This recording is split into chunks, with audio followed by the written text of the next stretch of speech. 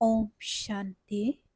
আজিৰ তাৰিখ ৩ আগষ্ট ২০২৪ বৰ্ষ। প্ৰাতঃ মুৰলী বাপদাদা মধুবন। আজিৰ পিতাৰ অমৃতবাণী হৈছে, মৰমৰ সন্তানসকল, এয়া হৈছে বেহদৰ সীমাহীন মঞ্চ, য'ত তোমালোক আত্মাসকল ভূমিকা পালন কৰিবৰ কাৰণে বান্ধ খাই আছা। ইয়াত প্ৰত্যেকৰে নিৰ্ধাৰিত ভূমিকা আছে। আৰু আজিৰ প্ৰশ্ন, কৰ্মাতীত অৱস্থা প্ৰাপ্ত কৰাৰ পুৰুষাৰ্থ কি?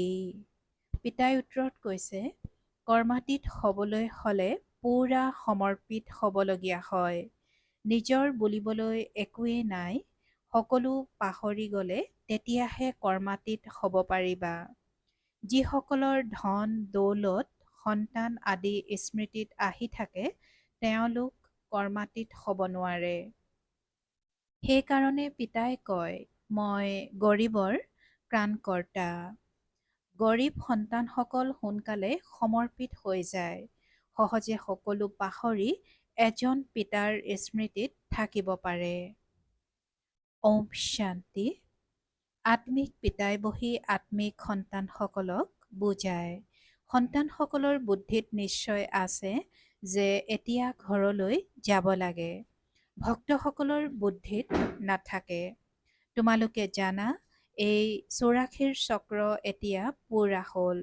এইখন হৈছে বৰ বিশাল বেহদৰ মঞ্চ অৰ্থাৎ মণ্ডপ, সীমাহীন মঞ্চ। এই পুৰণা মণ্ডপ এৰি ঘৰলৈ যাব লাগে। পিতাজী কৈছে যে, তোমালোকে জানা এই ৮৪ চক্ৰ এতিয়া পুৰা হ'ল। এইখন হৈছে বৰ বিশাল বেহদৰ মণ্ডপ বা মঞ্চ, সীমাহীন মঞ্চ। এই পুৰণা মণ্ডপ এৰি ঘৰলৈ যাব লাগে। অপবিত্ৰ আত্মাসকলতো যাব নোৱাৰে। পবিত্ৰ নিশ্চয় হ'ব লাগে। এতিয়া এই খেল সমাপ্ত হ'ল। অপাৰ দুখৰ এতিয়া অন্তিম সময়। এই সময়ত এয়া সকলো হৈছে মায়াৰ পাম্প, যাক মনুষ্যই স্বৰ্গ বুলি ভাবে।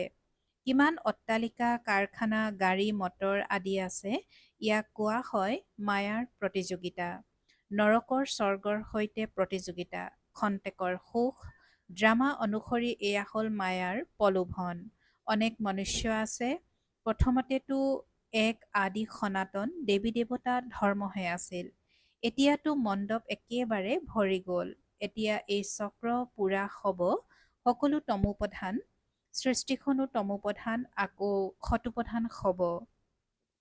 গোটেই সৃষ্টিখনে নতুন লাগে নহয়, নতুনৰ পৰা পুৰণি, পুৰণিৰ পৰা নতুন, এয়াতো অনেকবাৰ হৈ আহিছে। অনাদি খেল কেতিয়া আৰম্ভ হ'ল সেয়া ক'ব নোৱাৰে। অনাদি কালৰ পৰা চলিয়েই থাকে। এইটো তোমালোকে জানা, অন্য কোনেও নাজানে। তোমালোকেও এই জ্ঞান পোৱাৰ আগতে একো নাজানিছিলা। দেৱতাসকলেও নাজানিছিল। মাত্ৰ তোমালোক পুৰুষোত্তম সংগমযোগী ব্ৰাহ্মণসকলেহে জানা।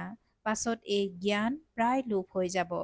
পিতাই সুখধামৰ মালিক কৰি তুলিছে, বাকী আৰু কি লাগে? পিতাৰ পৰা যি পাবলগীয়া আছিল পাই গলা, পাবলৈ আৰু একো বাকী নাই। সেইকাৰণে পিতাই বুজায়, সন্তানসকল, তোমালোকেই সকলোতকৈ বেছি পতিত হৈছা। পোনপ্ৰথমে তোমালোকেই ভূমিকা পালন কৰিবলৈ আহা। তোমালোকেই আগতে যাব লাগে, চক্ৰ নহয় জানো? পোনপ্ৰথমে তোমালোকেই মালাত আহিবা। এই ৰুদ্ৰমালা হয় নহয়? পিতাই কৈছে যে এয়া ৰুদ্ৰমালা হয় নহয়? গোটেই সৃষ্টিৰ মনুষ্য জৰীৰে বান্ধ খাই আছে। জৰীৰ পৰা ওলাই পৰমধামলৈ গুচি যাব। আকৌ এনেকৈয়ে জৰীত গঠা যাব। বৰ ডাঙৰ মালা। শিৱ বাবাৰ কিমান অনেক সন্তান আছে। পোনপ্ৰথমে তোমালোক দেৱতাসকল আহা। এয়া হৈছে বেহদৰ মালা, য'ত সকলো মণিৰ নিচিনাকৈ গঠা থাকে। ৰুদ্ৰমালা আৰু বিষ্ণুমালাৰ গায়ন কৰা হয়। প্ৰজাপিতা ব্ৰহ্মাৰ মালা নাই। তোমালোক ব্ৰহ্মাকুমাৰ ব্ৰহ্মাকুমাৰীসকলৰ মালা নাথাকে, কিয়নো তোমালোক ওপৰলৈ উঠা, আকৌ অৱনমিত হোৱা, পৰাজিত হৈ যোৱা। বাৰে বাৰে মায়াই অৱনমিত কৰি দিয়ে, সেইকাৰণে ব্ৰাহ্মণৰ মালা নাথাকে। যেতিয়া সম্পূৰ্ণ উত্তীৰ্ণ হৈ যোৱা তেতিয়া বিষ্ণুৰ মালা তৈয়াৰ হয়।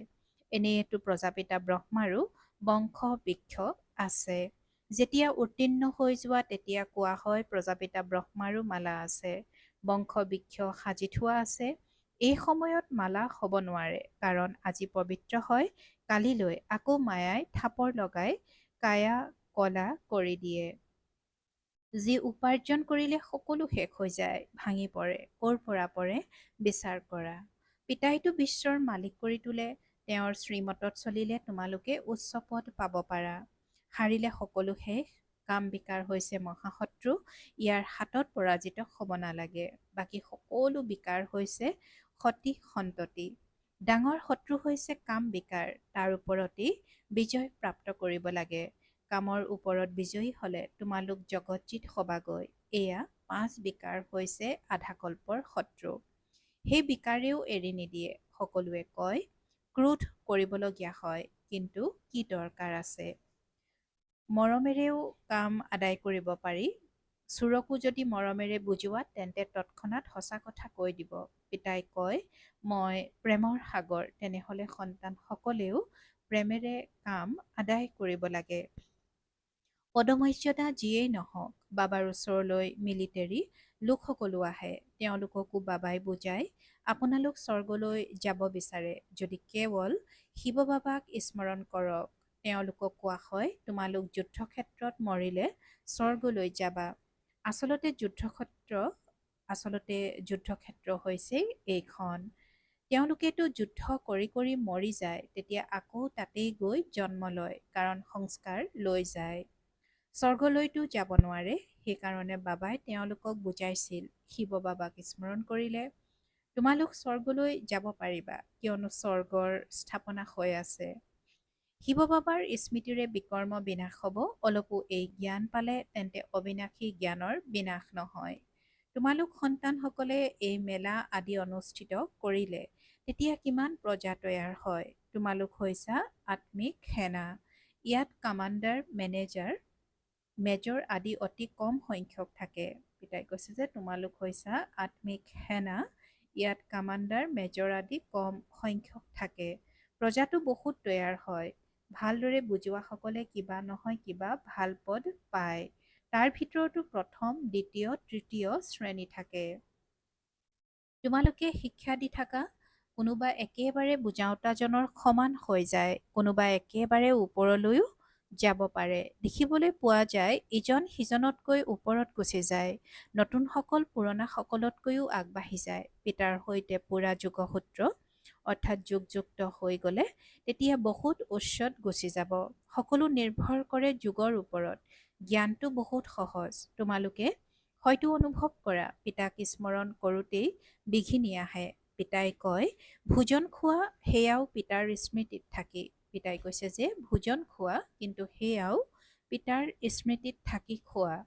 কিন্তু কোনোৱে 2 মিনিট, কোনোৱে 5 মিনিট স্মৃতিত থাকে। গোটেই সময় স্মৃতিত থকাটো বৰ কঠিন। মায়াই কৰবাত নহয় কৰবাত লৈ গৈ পাহৰাই দিয়ে। একমাত্ৰ পিতাৰ বাহিৰে আৰু কাৰো স্মৃতি নাথাকিলে তেতিয়াহে কৰ্মাতীত অৱস্থা হ'ব। যদি নামমাত্ৰ নিজৰ বুলি কিবা থাকে তেন্তে নিশ্চয় স্মৃতিত আহিব। একোৱেই যাতে স্মৃতিত নাহে, এই বাবা হৈছে তাৰ দৃষ্টান্ত। এওঁৰ কি স্মৃতিত আহিব? কোনোবা সতি সন্ততি ধন আদি আছে জানো? মাত্ৰ তোমালোক সন্তানসকলহে স্মৃতিত আহে। তোমালোক নিশ্চয় পিতাৰ স্মৃতিত আহিবা, কাৰণ পিতা আহিছেই কল্যাণ কৰিবলৈ। সকলোকে স্মৰণ কৰে, কিন্তু তথাপিও বুদ্ধি ফুলৰ ফালে গুচি যায়। ফুল অনেক প্ৰকাৰৰ আছে, কিছুমান গোন্ধ নথকা ফুলো থাকে। বাগিচা হয় নহয়, পিতাক বাগিচাৰ মালি বুলিও কয়। পিতাক বাগিচাৰ মালিক আৰু মালি বুলিও কয়। এয়াতো তোমালোকে জানা। মনুষ্য ক্ৰোধৰ বশীভূত হৈ কিমান হাই কাজিয়া কৰি থাকে। দেহ অভিমান বহুত আছে। পিতাই বুজাই কেতিয়াবা কোনোবাই খং কৰিলে শান্ত হৈ থাকিব লাগে। ক্ৰোধ ভূত নহয় জানো? ভূতৰ আগত শান্তিৰে সঁহাৰি জনাব লাগে। পিতাই কৈছে যে ভূতৰ আগত শান্তিৰে সঁহাৰি জনাব লাগে। সৰ্বশাস্ত্ৰ শিৰোমণি শ্ৰীমদ ভাগৱত গীতা হৈছে ঈশ্বৰীয় মত। ঈশ্বৰীয় মত অনুসৰি ঈশ্বৰীয় মত আৰু আখৰি মত আৰু দৈবী মত একমাত্ৰ ঈশ্বৰেহে আহি শুনায়। পিতাই কৈছে যে একমাত্ৰ ঈশ্বৰেহে আহি শুনায়। ৰাজযোগৰ জ্ঞান দিয়ে, আকৌ এই জ্ঞান লোপ হৈ যাব। পিতাই কৈছে যে সৰ্বশাস্ত্ৰ শিৰোমণি শ্ৰীমদ ভাগৱত গীতা হৈছে ঈশ্বৰীয় মত। ঈশ্বৰীয় মত, আখৰি মত আৰু দৈবী মত একমাত্ৰ ঈশ্বৰেহে আহি শুনায়। ৰাজযোগৰ জ্ঞান দিয়ে, আকৌ এই জ্ঞান লোপ হৈ যাব। ৰজাৰো ৰজা হৈ গ'লে তেতিয়া জ্ঞানেৰে কি কৰিবা?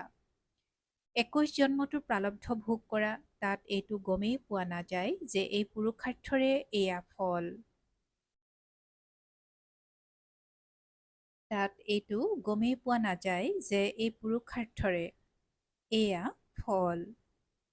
অনেকবাৰ তোমালোক সত্যযুগত গৈছা, এই চক্ৰ ঘূৰি থাকে। সত্যযুগ ত্ৰেতা হ'ল জ্ঞানৰ ফল। এনেকুৱা নহয় যে তাত জ্ঞান পোৱা যায়। পিতা আহি ইয়াত ভক্তিৰ ফল দিয়ে। পিতাই কৈছে তোমালোকে আটাইতকৈ বেছি ভক্তি কৰিছা, এতিয়া একমাত্ৰ পিতাক স্মৰণ কৰা, তেতিয়া তমোপ্ৰধানৰ পৰা সতোপ্ৰধান হৈ যাবা। এই ক্ষেত্ৰত যত্ন কৰিবলগীয়া হয়। ৰচনাৰ আদি মধ্য অন্তক স্মৃতিত ৰাখা, তেতিয়া চক্ৰৱৰ্তী ৰজা হৈ যাবা।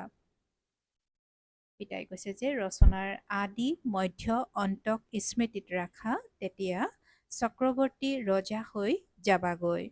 ভগৱানে সন্তানসকলক ভগৱান ভগৱতী কৰিয়ে তুলিব। কিন্তু দেহধাৰীক ভগৱান ভগৱতী বুলি কোৱাটো ভুল। ব্ৰহ্মা, বিষ্ণু আৰু শিৱৰ কিমান সম্বন্ধ আছে। এই ব্ৰহ্মাই আকৌ বিষ্ণু হ'বগৈ আৰু এওঁৰ শৰীৰতে শিৱৰ প্ৰৱেশ হয়। সূক্ষ্ম লোকত থকাজনক ফৰিষ্টা বুলি কোৱা হয়। তোমালোক ফৰিষ্টা হ'ব লাগে, সাক্ষাৎকাৰ হয়, বাকী একো নাই। শব্দৰহিত অৰ্থাৎ শান্তিধাম, ছায়াছবি অৰ্থাৎ সূক্ষ্ম ধাম আৰু ইয়াত বাণী স্থূল ধাম। এয়া হ'ল বিস্তাৰ। বাকী সংক্ষেপতে কয় মনমনা ভৱ। নিজক আত্মা বুলি বুজি মোক পৰমাত্মাক স্মৰণ কৰা। মামেকম অৰ্থাৎ কেৱল মোক স্মৰণ কৰা আৰু সৃষ্টিৰ চক্ৰ স্মৃতিত ৰাখা।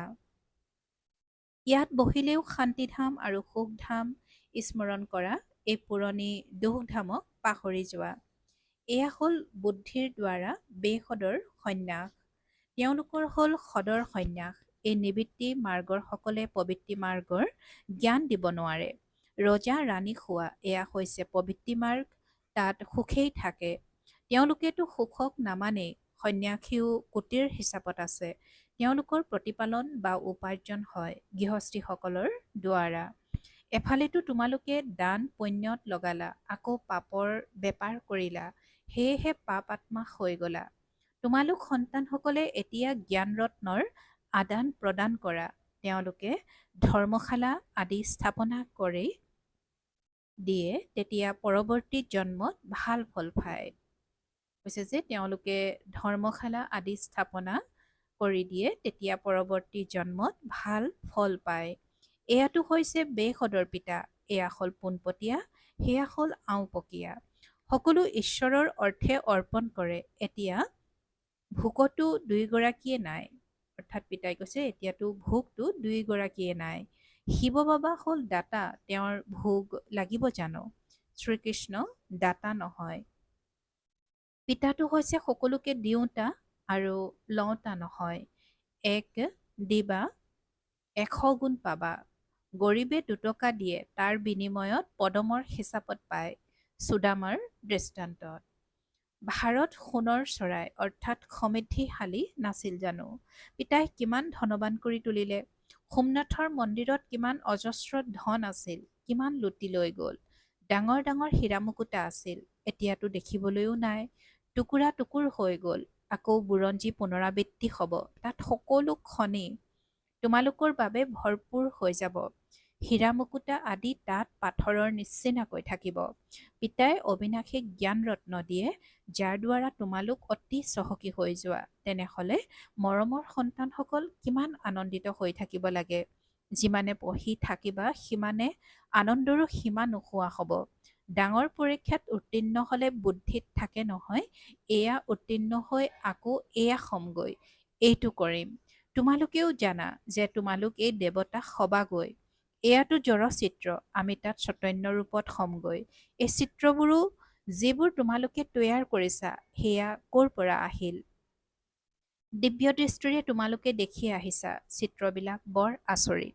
কোনোবাই ভাবিব এয়া ব্ৰহ্মাই তৈয়াৰ কৰিছে। যদি এইবিলাক কাৰোবাৰ পৰা শিকিছা, তেন্তে এজনেহে জানো শিকিছে, আৰু কোনোবাই নিশিকিলেহেঁতেন জানো। পিতাই কৈছে যে কোনোবাই ভাবিব এয়া ব্ৰহ্মাই তৈয়াৰ কৰিছে। যদি এইবিলাক কাৰোবাৰ পৰা শিকিছে, তেন্তে এজনেহে জানো শিকিছে, আৰু কোনোবাই নিশিকিলেহেঁতেন জানো। এওঁ কয়, মই একোৱেই শিকা নাই। এইবিলাক পিতাই দিব্যদৃষ্টিৰ দ্বাৰা অংকন কৰাইছে। এই চিত্ৰবিলাক সকলো শ্ৰীমতৰ আধাৰত অঁকা হৈছে। এইবিলাক মনুষ্য মত অনুসৰি নহয়, এই সকলোবোৰ নাশ হৈ যাব, একো নাম চিহ্ন নাথাকিব। এই সৃষ্টিৰেই অন্ত হ'ব।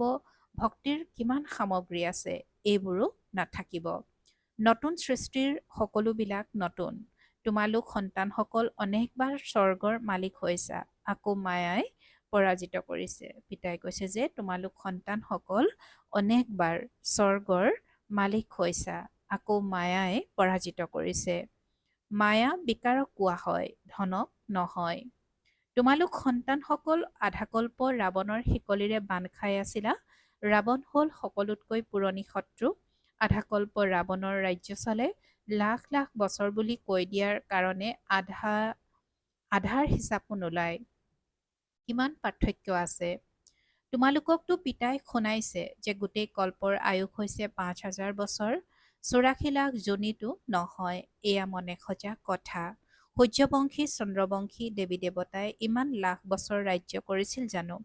এই বুদ্ধিয়ে কাম নকৰে। সন্যাসীসকলে ভাবে এতিয়া যদি আমি আমাৰ ভুল মানি লওঁ, তেতিয়া সকলো অনুগামীয়ে আমাক এৰি দিব, বিপ্লৱ হৈ যাব। সেইকাৰণে এতিয়া তেওঁলোকে তোমালোকৰ মতত চলি নিজৰ ৰাজ্য নেহেৰুৱায়। অন্তিমৰ ফালে কিছু বুজি পাব, এতিয়া নহয়।